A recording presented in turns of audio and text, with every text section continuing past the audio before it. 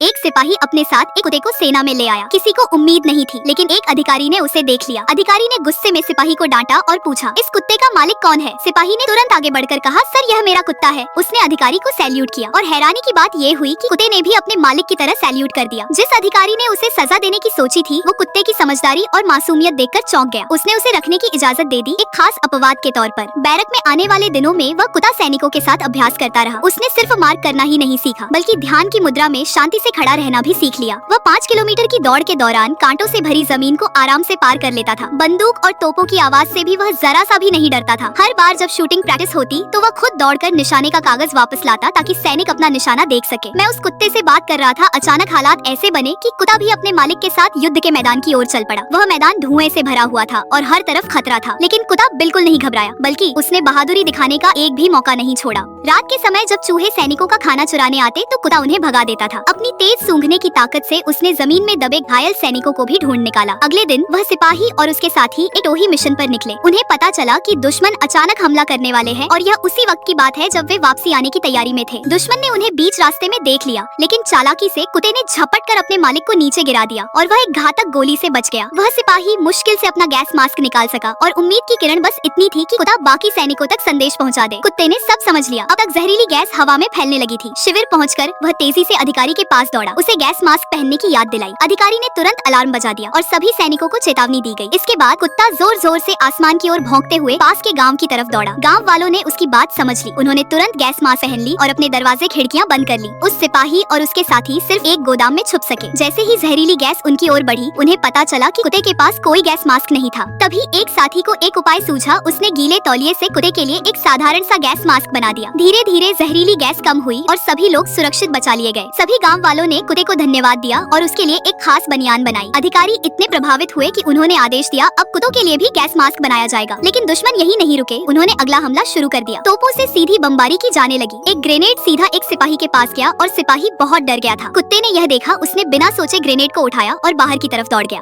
और कुत्ता ग्रेनेड से घायल हो गया। लेकिन सिपाही की जान बच गई और कुत्ते को तुरंत अस्पताल ले जाया गया। कुछ ही दिनों में वह ठीक हो गया और उसे अस्पताल से छुट्टी दे दी गई। जनरल ने उसे सार्जेंट की मानद उपाधि से नवाजा। मैं सार्जेंट स्टब्बी को ये उपाधि देता हूँ। अब तुम मुझसे भी ऊपर